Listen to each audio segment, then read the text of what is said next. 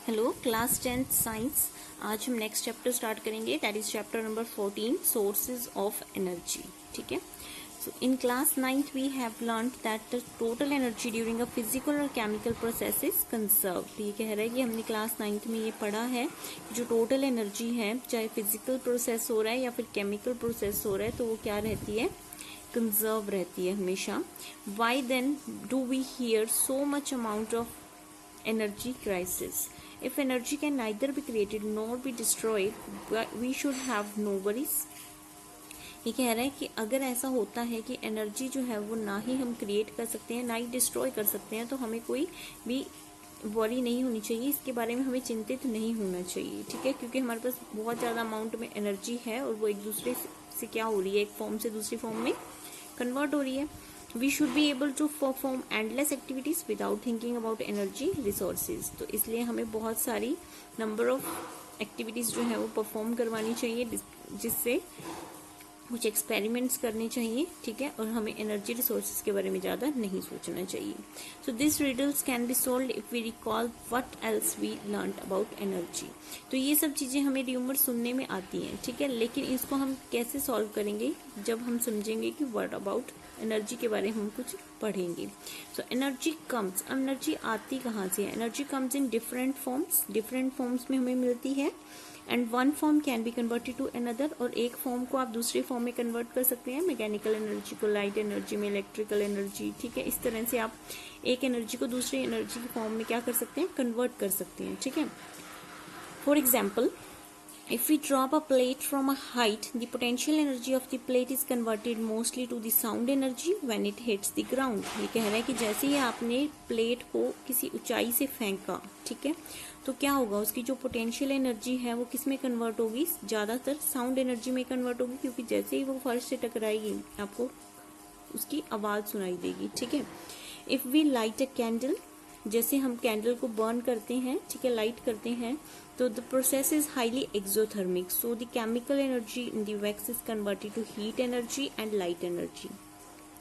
तो उसके वो प्रोसेस कैसा होता है, एक्सोथर्मिक, मतलब बहुत ज़्यादा हीट उसके अंदर क्या निकलती है, एग्जिट आउट होती है। ठीक है, तो उसके जो केमिकल एनर्जी है वो किस में कन्वर्ट होगी, हीट एनर्जी और लाइट एनर्जी में कन्वर्ट होगी जब हम उसको बर्न करेंगे। So what other products are obtained when we burn a candle. इसने पूछा कि और कौन कौन से प्रोडक्ट्स हमें मिलते हैं जब हम कैंडल को बर्न करेंगे। The total energy during a physical और chemical process remains the same, but suppose we consider the burning candle again and can we somehow put together the heat and light generated along with the products of the reaction to get back the chemical energy in the form of wax. तो ये कह रहे हैं कि अगर हमें ये पता है कि जो टोटल एनर्जी है उसकी कंजर्व रहती है, चाहे हम फिजिकल प्रोसेस करें या फिर केमिकल प्रोसेस करें। ठीक है, लेकिन सपोज करो फिर से हमने वही बर्निंग कैंडल का एग्जाम्पल लिया, तो क्या ऐसा पॉसिबल है कि हम दोबारा से इन दोनों को ऐड करें, हीट एनर्जी और लाइट एनर्जी को, और हम क्या बना लें, केमिकल एनर्जी बना लें। Let us consider another example. Suppose we take 100 ml of water which has a temperature of 75 degree Celsius and leave it in the room where the temperature is 25 degree Celsius. What will happen, आपके पास पानी है 100 ml, ठीक है, और उसको आपने गर्म किया और का टेम्परेचर कितना है, 75 डिग्री सेल्सियस, लेकिन आपने उसको रूम टेम्परेचर पर छोड़ दिया, तो क्या होगा, थोड़ी देर के बाद वो ठंडा होने लगेगा। Is there any way of collecting all the heat lost and make the water hot once again it has cool down.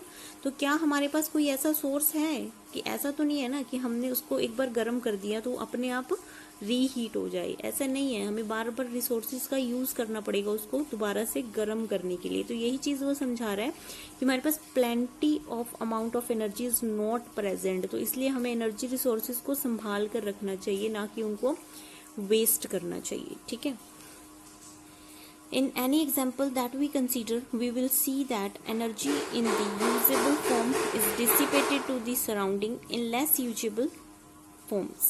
तो ये कह रहा है कि हमने इन एग्जाम्पल्स के अंदर देखा कि जो एनर्जी जो है वो डिसिपेट हो गई है, जो सराउंडिंग इन्वायरमेंट के पास चली गई है, ठीक है, तो वो यूजलेस हो गई है, वो कोई भी एक यूजफुल फॉर्म में हमें नहीं मिल रही है.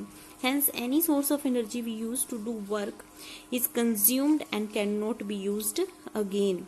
तो इसलिए कोई भी अगर रिसोर्सेज ऑफ एनर्जी की हम यूज करते हैं, कोई भी सोर्स ऑफ एनर्जी का यूज करते हैं कोई भी काम करने के लिए, तो वो एनर्जी कंज्यूम हो जाती है, उसको हम दोबारा से रीगेन नहीं कर सकते. ठीक है, तो ये इसकी इंट्रोडक्शन थी कि हम इस सोर्स ऑफ एनर्जी के बारे में पहले समझाया गया कि हमें इसका क्या करना चाहिए, सदुपयोग करना चाहिए, दुरुपयोग नहीं करना चाहिए, हम इसको वेस्ट नहीं करना चाहिए. हमें ये नहीं समझना चाहिए कि हमारे पास प्लेंटी ऑफ एनर्जी रिसोर्सेज हैं तो हम उसको बस यूज करते रहें जैसे इसमें लिखा है.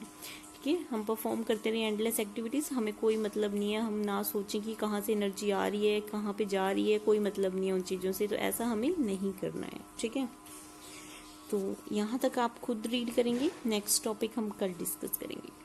Thank you. और आज आप अपना पुराना पेंडिंग काम जितना भी पड़ा हुआ है उसको कंप्लीट कर लेंगे. इसी वजह से मैंने आज थोड़ा कम टॉपिक आपको रीड करवाया, नया चैप्टर शुरू हुआ है तो इसलिए. ठीक है, तो आप अपना सारा पेंडिंग वर्क कंप्लीट करें और इसको रीड करें. Then we will discuss our next topic tomorrow. Thank you.